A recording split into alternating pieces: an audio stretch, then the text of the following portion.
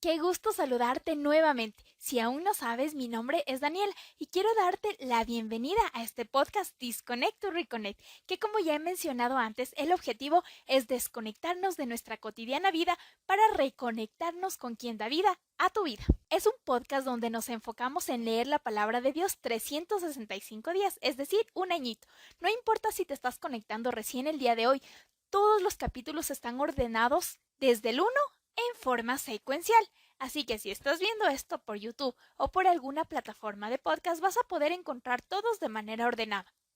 Y como te mencionaba también, muchas gracias por tu paciencia, porque sé que al comienzo, sobre todo, el audio o los videos quizás no era de lo mejor, pero es que recién estaba comenzando. Gracias por tenerme paciencia, pero estoy mejorando muchísimo.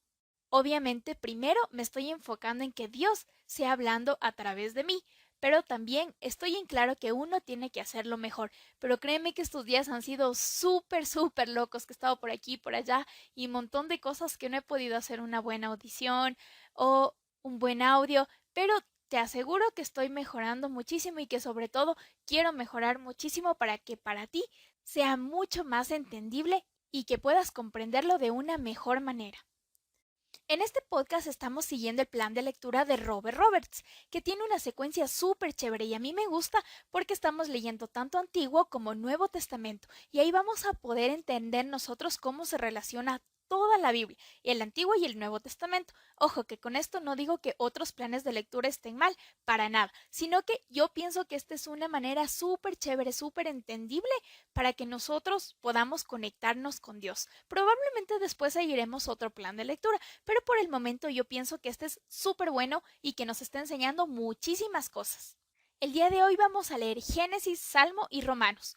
En días anteriores ya he explicado un resumen súper rapidito de los libros, así que si quieres escuchar puedes regresar unos capítulos antes y vas a entenderlo un poquito más. Pero lo que sí quiero hacer énfasis es que para que tú puedas comprender y entender mucho la palabra de Dios, aunque hay muchísimos puntos, yo considero dos los más importantes. Primero, que puedas humanamente entender su palabra, es decir, que su lenguaje esté súper entendible para nuestra generación actual. Por eso esta lectura la realizamos en NBI, es decir, nueva versión internacional, donde tiene un lenguaje súper chévere y súper comprensible. Y la segunda y la más importante de todas es que pidas a Dios y a su Espíritu Santo que te guíe y te dé sabiduría para que puedas entender su palabra. Ora siempre. Así que vamos a comenzar. Amado Papito Dios, gracias te damos por este maravilloso día, porque nos permites conectarnos a leer y entender tu palabra. Te pedimos que seas tú hablándonos, que seas tú transformándonos y que nos ayudes a comprender lo que quieres decir este día para nuestras vidas. Ayúdanos a mantenernos conectados contigo, que tu Espíritu Santo nos guíe y nos acompañe siempre. Llénanos de ti a cada instante y ayúdanos cada día a ser más agradables a ti, a tus ojos y a hacer lo que tú quieras de cada uno de nosotros. Gracias te damos por absolutamente todo. Perdona también nuestras ofensas y ayúdanos a comprender lo que hoy vamos a leer. Y sobre todo, ayúdanos también a que podamos poner en práctica todo lo que tú nos estás hablando. En el poderoso nombre de tu amado Hijo Jesús. Amén.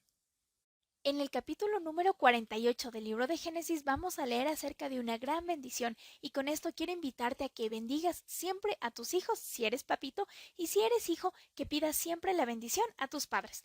Bendición de Efraín y Manasés. Poco tiempo después informaron a José que su padre estaba enfermo. Entonces fue a visitarlo y llevó consigo a sus dos hijos, Manasés y Efraín. Cuando avisaron a Jacob que su hijo venía a verlo, Israel hizo un esfuerzo, se sentó en la cama y dijo a José: el Dios Todopoderoso se me apareció en luz en la tierra de Canaán y me bendijo con esta promesa: te haré fecundo, te multiplicaré y haré que tus descendientes formen una comunidad de naciones. Además, a tu descendencia daré esta tierra como su posesión perpetua. Ahora bien, los dos hijos que te nacieron aquí en Egipto, antes de que me reuniera contigo, serán considerados míos. Efraín y Manasés serán tan míos como lo son Rubén y Simeón.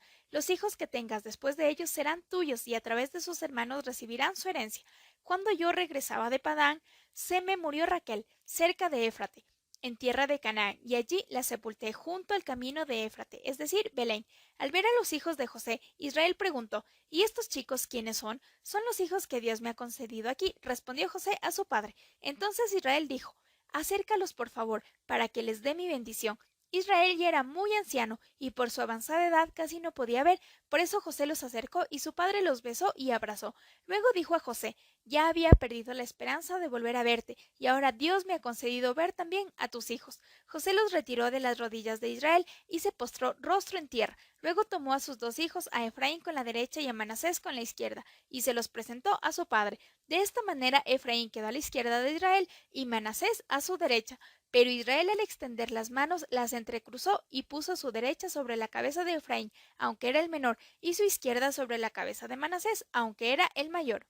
Y los bendijo con estas palabras: que el Dios en cuya presencia caminaron mis padres Abraham e Isaac, el Dios que ha sido mi pastor desde el día en que nací hasta hoy, el ángel que me ha rescatado de todo mal, bendiga a estos jóvenes, que por medio de ellos sea recordado mi nombre y el de mis padres Abraham e Isaac, que crezcan y se multipliquen sobre la tierra. A José no le agradó ver que su padre pusiera su mano derecha sobre la cabeza de Efraín, así que tomando la mano de su padre la pasó de la cabeza de Efraín a la de Manasés.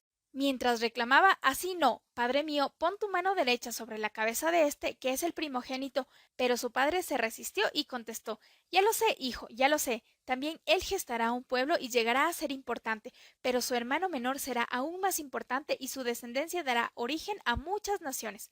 Aquel día Jacob los bendijo así: esta será la bendición que en Israel se habrá de pronunciar: que Dios haga contigo como a Efraín y a Manasés. De este modo Israel dio a Efraín la primicia sobre Manasés. Finalmente Israel dijo a José: yo estoy a punto de morir, pero Dios estará con ustedes y los hará volver a la tierra de sus antepasados. Y a ti, que estás por encima de tus hermanos, te doy Siquén, tierra que arrebaté a los amorreos con mi espada y con mi arco. Este es un capítulo muy chévere porque además de que vemos bendiciones muy importantes de Jacob a Efraín y Manasés, que marcarán la historia y sincronizarán el Antiguo con el Nuevo Testamento, podemos notar cómo Jacob reconoce que Dios ha sido quien lo ha cuidado, guiado y protegido. Su palabra dice acerca de la gracia y no de mérito personal. Jacob no menciona en este capítulo lo fiel que él fue a Dios, sino lo fiel que fue Dios hacia él. Y con esto quiero mencionarte dos puntos importantes.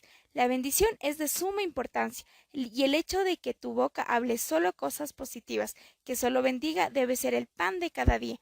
Olvídate de hablar cosas negativas o pensar cosas negativas, porque la boca tiene poder, que todo lo que digas solamente sea de bendición. Y el segundo punto es que te humilles ante Dios y que reconozcas su gracia.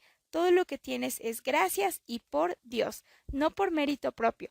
Ojo, que con esto no digo que tú no tienes que hacer nada. Obviamente no. Tienes que trabajar mucho en lo que a ti te corresponde. Es decir, trabaja como si todo dependiera de ti y ten fe en Dios como si todo dependiera de Él. Y bueno, lo siento, me estoy desviando un poquito del tema. Quiero decirte que reconozcas a Dios y que le des el lugar que le corresponde. Créeme que Él te va a prosperar mucho, pero va a ser por su gracia. Quita todos los ídolos de tu vida y aléjate de todo lo que te aleja de Dios. Y con esto me refiero también a esos pensamientos de orgullo que uno tiene cuando cree que todo es por nosotros y por nuestro esfuerzo y por nuestras obras. Quiero que reconozcas que todo lo que tienes, que todo lo que eres y que todo lo que tú vas a conseguir es gracias a Papito Dios. Leamos acerca de las bendiciones que Jacob, es decir, Israel, dio a sus 12 hijos antes de morir. Génesis capítulo 49. Jacob bendice a sus hijos. Jacob llamó a sus hijos y dijo: reúnanse, que voy a declararles lo que les va a suceder en el futuro. Hijos de Jacob, acérquense y escuchen. Presten atención a su padre Israel. Tú, Rubén, eres mi primogénito, primer fruto de mi vigor, primero en honor y en poder, impetuoso como un torrente. Ya no serás el primero, te acostaste en mi cama, profanaste la cama de tu propio padre. Simeón y Leví son hermanos, sus espadas son instrumentos de violencia. No quiero participar de sus reuniones, ni arriesgar mi honor en su asamblea. Porque en su furor mataron hombres, y por capricho mutilaron toros. Maldita sean la violencia de su enojo y la crueldad de su furor. Los dispersaré en el país de Jacob, los desparramaré en la tierra de Israel. Tú, Judá, serás alabado por tus hermanos, dominarás a tus enemigos y tus propios hermanos se postrarán ante ti. Mi hijo Judá es como un cachorro de león que se ha nutrido de la presa, se agacha como un león, se tiende como una leona.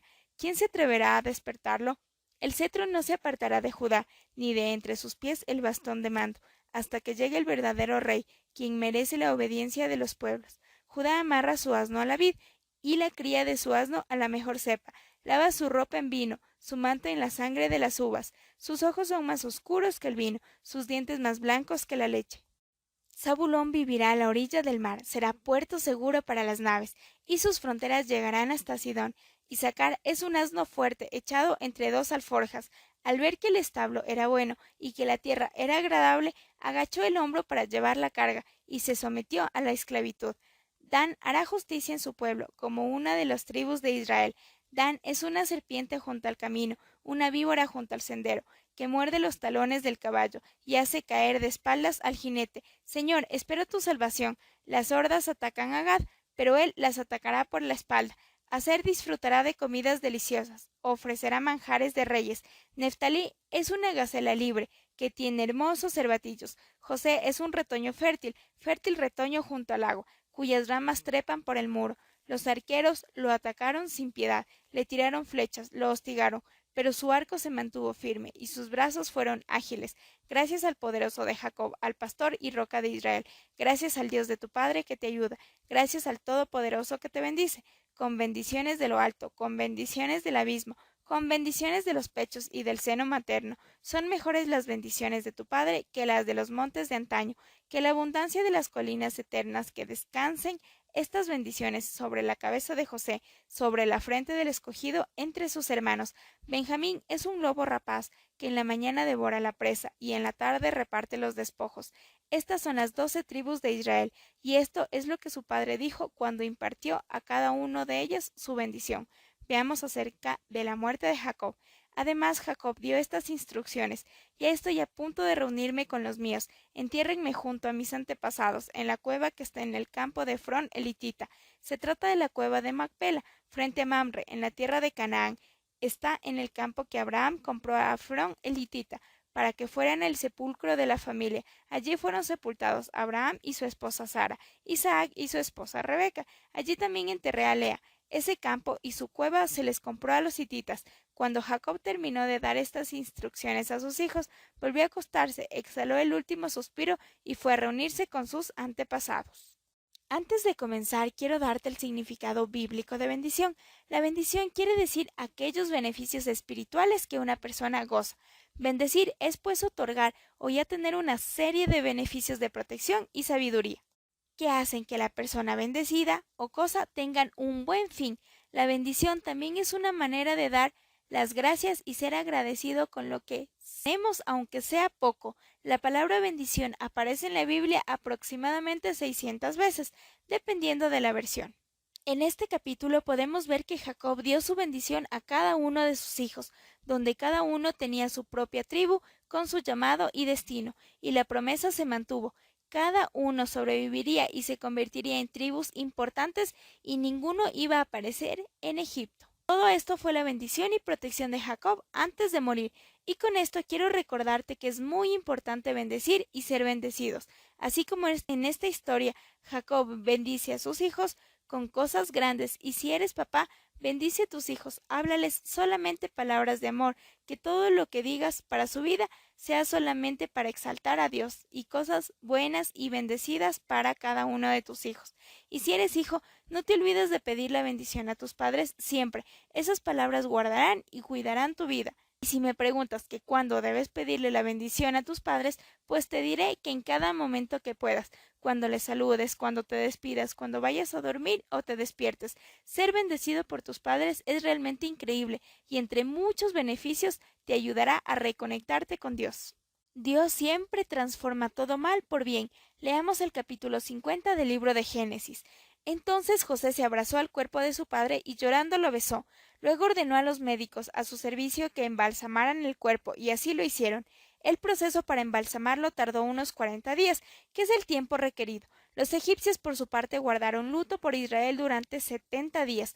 Pasados los días de duelo, José se dirigió así a los miembros de la corte del faraón: si me he ganado el respeto de la corte, díganle por favor al faraón que mi padre, antes de morirse, me hizo jurar que yo lo sepultaría en la tumba que él mismo se preparó en la tierra de Canaán. Por eso le ruego encarecidamente que me permita ir a sepultar a mi padre y luego volveré. El faraón respondió: Ve a sepultar a tu padre, conforme a la promesa que te pidió hacerle. José fue a sepultar a su padre. Lo acompañaron los servidores del faraón, es decir, los oficiales de su corte y toda la gente importante de Egipto. A esto se sumaron todos los familiares de José, sus hermanos y los de la casa de Jacob. En la región de Gosén dejaron únicamente a los niños y al ganado. También salieron con él carros y jinetes, formando así un cortejo muy grande. Al llegar al campo de Atad, que está al otro lado del río Jordán, hicieron grandes y solemnes lamentaciones. Allí José guardó luto por su padre durante 7 días. Cuando los cananeos que vivían en esa región vieron en el campo de Atad aquellas manifestaciones de duelo, dijeron: Los egipcios están haciendo un duelo muy solemne, por eso al lugar que está cerca del Jordán lo llamaron Abel Misraín. Los hijos de Jacob hicieron con su padre lo que él había pedido, lo llevaron a la tierra de Canaán y lo sepultaron en la cueva que está en el campo de Macpela, frente a Mamre, en el mismo campo que Abraham había comprado a Efrón el hitita para sepultura de la familia. Luego de haber sepultado a su padre, José regresó a Egipto, junto con sus hermanos y con toda la gente que lo había acompañado. Veamos acerca de la promesa de José a sus hermanos. Al reflexionar sobre la muerte de su padre, los hermanos de José concluyeron: Tal vez José nos guarde rencor y ahora quiera vengarse de todo el mal que le hicimos. Por eso le mandaron a decir: Antes de morir tu padre dejó estas instrucciones. Díganle a José que perdone, por favor, la terrible maldad y el pecado que sus hermanos cometieron contra él. Así que, por favor, perdona la maldad de los siervos del Dios de tu padre. Cuando José escuchó estas palabras, se echó a llorar.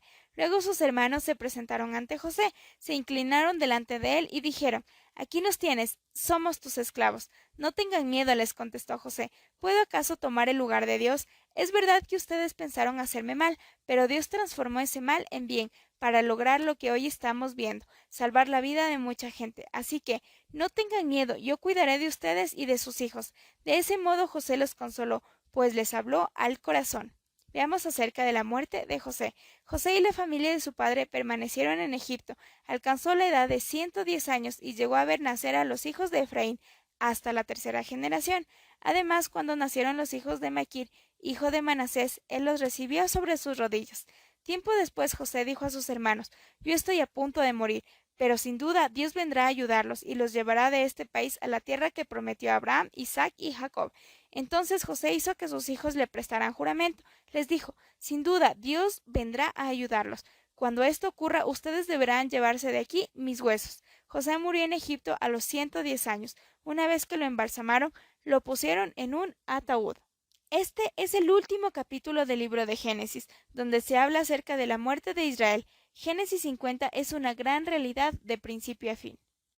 Vemos cómo los hermanos de José se arrepintieron, y esto llevó a una de las mejores etapas espirituales de José.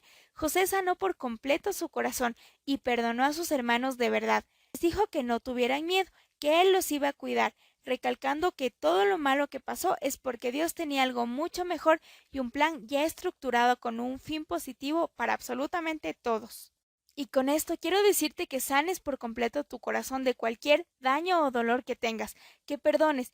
Y sí, en todo este proceso Dios va a estar contigo si tú se lo permites. Y finalmente que creas que si entregas tu corazón y tu vida a Dios, y con esto también me refiero a tus preocupaciones y dolores, vas a ver cómo absolutamente todo, por más malo que sea, va a obrar para tu bien, tanto en tu vida como en la de los que te rodean. Dios tiene preparado cosas increíbles para tu vida. Entrégale todo lo malo, todo lo bueno, absolutamente todo de ti. Porque lo malo Dios lo va a sanar y restaurar. Lo bueno lo va a potenciar muchísimo más. Y todo siempre va a obrar para tu bien. Antes de comenzar el Salmo 51, pídele a Dios que te perdone todos tus pecados, que te ayude a ser más agradable ante sus ojos y que renueve un espíritu firme en ti, que nunca te aleje de su presencia ni de su Santo Espíritu. Ten piedad de mí, oh Dios, conforme a tu gran amor, conforme a tu misericordia. Borra mis transgresiones, lávame de toda mi maldad y límpiame de mi pecado. Yo reconozco mis transgresiones, siempre tengo presente mi pecado. Contra ti he pecado, solo contra ti, y he hecho lo que es malo ante tus ojos. Por eso tu sentencia es justa y tu juicio irreprochable. Yo sé que soy pecador de nacimiento, pecador desde que me concibió mi madre. Yo sé que tú amas la verdad en lo íntimo, en lo secreto me has enseñado sabiduría. Purifícame con hisopo y quedaré limpio. Lávame y quedaré más blanco que la nieve. Anúnciame gozo y alegría. Infunde gozo en estos huesos que has quebrantado. Aparta tu rostro de mis pecados y borra toda mi maldad. Crea en mí, oh Dios, un corazón limpio, y renueva un espíritu firme dentro de mí. No me alejes de tu presencia, ni me quites tu Santo Espíritu. Devuélveme la alegría de tu salvación, que un espíritu de obediencia me sostenga. Así enseñaré a los transgresores tus caminos, y los pecadores se volverán a ti. Dios mío, Dios de mi salvación, líbrame de derramar sangre, y mi lengua alabará tu justicia. Abre, Señor, mis labios, y mi boca proclamará tu alabanza. Tú no te deleitas en los sacrificios, ni te complace en los holocaustos, de lo contrario te los ofrecería. El sacrificio que te agrada es un espíritu quebrantado. Tú, oh Dios, no desprecies al corazón quebrantado y arrepentido. En tu buena voluntad haz que prospere Sión, levanta los muros de Jerusalén. Entonces te agradarán los sacrificios de justicia, los holocaustos del todo quemados, y sobre tu altar se ofrecerán novillos. En este salmo nuevamente leemos que a Dios no le agradan los sacrificios, sino un corazón sincero y un espíritu quebrantado y arrepentido. Lo más importante para Papito Dios es nuestro corazón, nuestra manera de pensar, nuestro carácter, que nuestro espíritu esté firme. Y con esto quiero decirte que anheles al Espíritu Santo en tu vida, porque Él es quien transforma y quien restaura, que nunca te apartes de Papito Dios, ni de su presencia, que cambies tu forma de ser y carácter a todo lo que agrada a Dios, que Jesús sea tu ejemplo a seguir. Busca mucho de Dios, órale y anhela un encuentro real con Él. Dios tiene los mejores planes para tu vida, pero busca primero su reino, busca primero el reino de Dios, y vas a ver cómo todo va a venir por añadidura. Y sí, de todo lo que hemos hablado hoy, es una forma de buscar su reino. Confía en el gran amor de Dios, eternamente y para siempre. Leamos el capítulo 52 del libro de Salmo. ¿Por qué te jactas de tu maldad, varón prepotente? El amor de Dios es constante. Tu lengua como navaja afilada, trama destrucción y practica el engaño. Amas más el mal que el bien, prefieres la falsedad a la verdad. Lengua embustera, te encanta ofender con tus palabras, pero Dios te arruinará para siempre, te tomará y te arrojará de tu hogar, te arrancará del mundo de los vivientes. Los justos verán esto y temerán, se reirán de él diciendo, aquí tienen al hombre que no buscó refugio en Dios, sino que confió en su gran riqueza y se refugió en su maldad. Pero yo soy como un frondoso olivo que florece en la casa de Dios. Yo confío en el gran amor de Dios, eternamente y para siempre. En todo tiempo te alabaré por tus obras, en ti pondré mi esperanza, en presencia de tus fieles, porque tu nombre es bueno. Este salmo fue escrito como una oración por el hombre que amaba la maldad. Nos habla acerca del pecado y su castigo, de la respuesta del cielo, la reacción del justo y la respuesta que dio el salmista, o sea, David. Estos son los puntos principales del salmo. ¿Sabes algo? La maldad y el pecado está en absolutamente todos los seres humanos desde que nacemos, y es solamente y gracias a Jesús y su sacrificio de amor que podemos limpiarnos y ser personas transformadas y renovadas. Como dice su palabra, el único camino para llegar al Padre es Jesús, porque fue Jesús quien dio su vida para que nosotros fuéramos limpiados de toda maldad y pecado. Y pues con esto quiero decirte que te alejes de todo ídolo o creencia que puedas tener, y con esta parte me refiero a que creas que quizás hay alguna otra forma de llegar al Padre, porque no es así, ya que solamente es a través de Jesús que podemos llegar al Padre, nada y nadie más. Y obviamente esto lo dice su palabra, o si no, créeme que obviamente yo no lo dijera. Leamos Juan 14:6. Jesús dijo, yo soy el camino, la verdad y la vida. Contestó Jesús, nadie llega al Padre sino por mí. Entonces, quiero decirte que si tú estás pensando que hay alguna otra forma de salvarte o de llegar al Padre, pues no la hay. La única forma es Jesús. Lee su palabra, pídele que su Espíritu Santo te guíe y te ayude a revelarte la verdad. Si tú crees que hay alguna otra manera, saca eso de tu corazoncito y entiende que la única forma de llegar al Padre es Jesús. Cada uno de nosotros somos justificados mediante la fe. Leamos el capítulo 5 de Romanos. Paz y alegría. En consecuencia, ya que hemos sido justificados mediante la fe, tenemos paz con Dios por medio de nuestro Señor Jesucristo.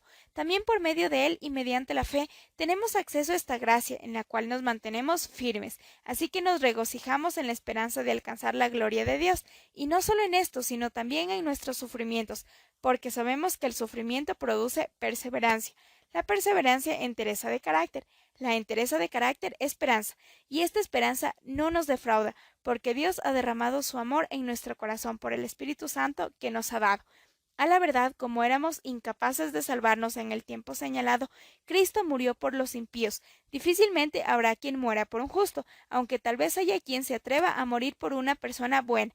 Pero Dios demuestra su amor por nosotros en esto, en que cuando todavía éramos pecadores, Cristo murió por nosotros, y ahora que hemos sido justificados por su sangre, con cuánta más razón por medio de él seremos salvados del castigo de Dios. Porque si cuando éramos enemigos de Dios fuimos reconciliados con él mediante la muerte de su Hijo, con cuánta más razón habiendo sido reconciliados seremos salvados por su vida. Y no solo esto, sino que también nos regocijamos en Dios por nuestro Señor Jesucristo, pues gracias a él ya hemos recibido la reconciliación.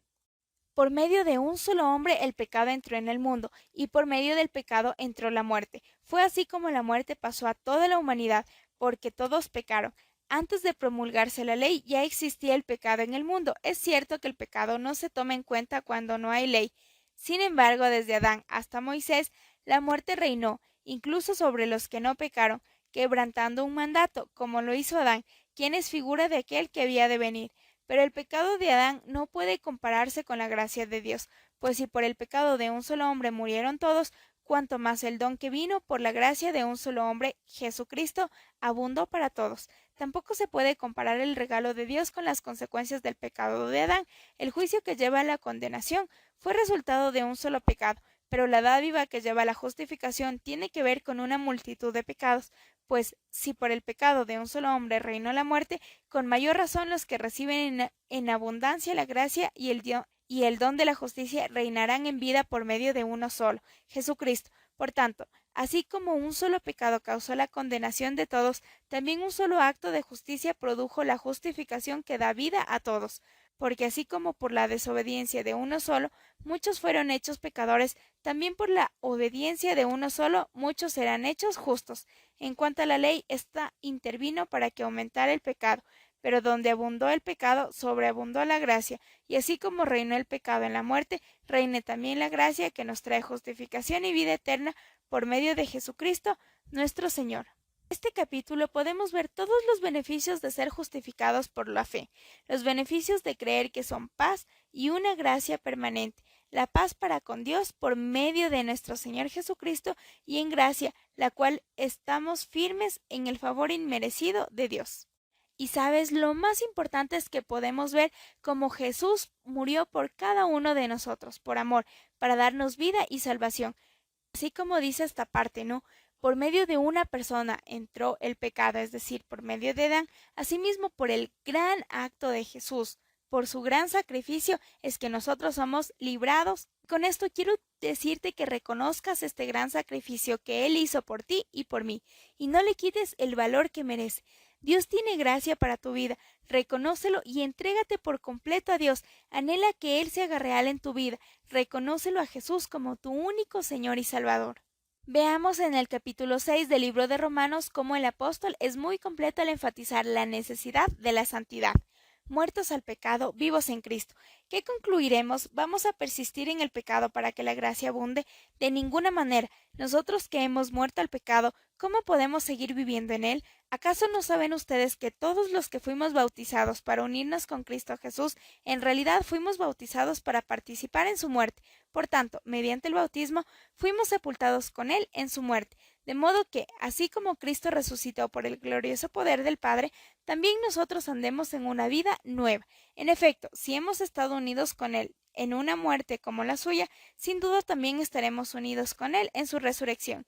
Sabemos que nuestra vieja naturaleza fue crucificada con Él, para que nuestro cuerpo pecaminoso perdiera su poder. de modo que ya no siguiéramos siendo esclavos del pecado, porque el que muere queda liberado del pecado. Ahora bien, si hemos muerto con Cristo, confiamos en que también viviremos con Él, pues sabemos que Cristo, por haber sido levantado de entre los muertos, ya no puede volver a morir. La muerte ya no tiene dominio sobre Él. En cuanto a su muerte, murió al pecado una vez y para siempre. En cuanto a su vida, vive para Dios. De la misma manera también ustedes considérense muertos al pecado, pero vivos para Dios en Cristo Jesús. Por lo tanto, no permitan ustedes que el pecado reine en su cuerpo mortal, ni obedezcan a sus malos deseos. No ofrezcan los miembros de su cuerpo al pecado como instrumentos de justicia. Al contrario, ofrézcanse más bien a Dios como a quienes han vuelto de la muerte a la vida, presentando como los miembros de su cuerpo como instrumentos de justicia. Así el pecado no tendrá dominio sobre ustedes, porque ya no están bajo la ley, sino bajo la gracia. Entonces, ¿qué? ¿Vamos a pecar porque no estamos ya bajo la ley, sino bajo la gracia? De ninguna manera. ¿Acaso no saben ustedes que cuando se entregan a alguien para obedecerlo son esclavos de aquel a quien obedecen? Claro que lo son, ya sea del pecado que lleva a la muerte o de la obediencia que lleva a la justicia, pero gracias a Dios, que aunque antes eran esclavos del pecado, ya se han sometido de corazón a la enseñanza que les fue transmitida. En efecto, habiendo sido liberados del pecado, ahora son ustedes esclavos de la justicia. Hablo en términos humanos, por las limitaciones de su naturaleza humana. Antes ofrecían ustedes los miembros de su cuerpo para servir a la impureza que lleva más y más a la maldad. Ofrézcanlos ahora para servir a la justicia que lleva a la santidad. Cuando ustedes eran esclavos del pecado, estaban libres del dominio de la justicia. ¿Qué fruto cosechaban entonces? Cosas que ahora los avergüenzan y que conducen a la muerte. Pero ahora que han sido liberados del pecado y se han puesto al servicio de Dios, cosechan la santidad que conduce a la vida eterna, porque la paga del pecado es muerte, mientras que el regalo de Dios es vida eterna en Cristo Jesús, Señor nuestro. En este capítulo, Pablo nos habla acerca de la nueva vida y el nuevo servicio. Debemos morir al pecado y tener una vida nueva en Cristo. Somos salvos por su gracia. ¿Sabes algo? Me he podido dar cuenta en muchas ocasiones que como Dios ama a los pecadores, algunas personas piensan que pecar está bien o es normal y natural, y que el trabajo de Dios es perdonar. Piensan que porque la gracia es un favor de Dios, no se tiene que ser obedientes y se puede seguir viviendo o cometiendo pecado.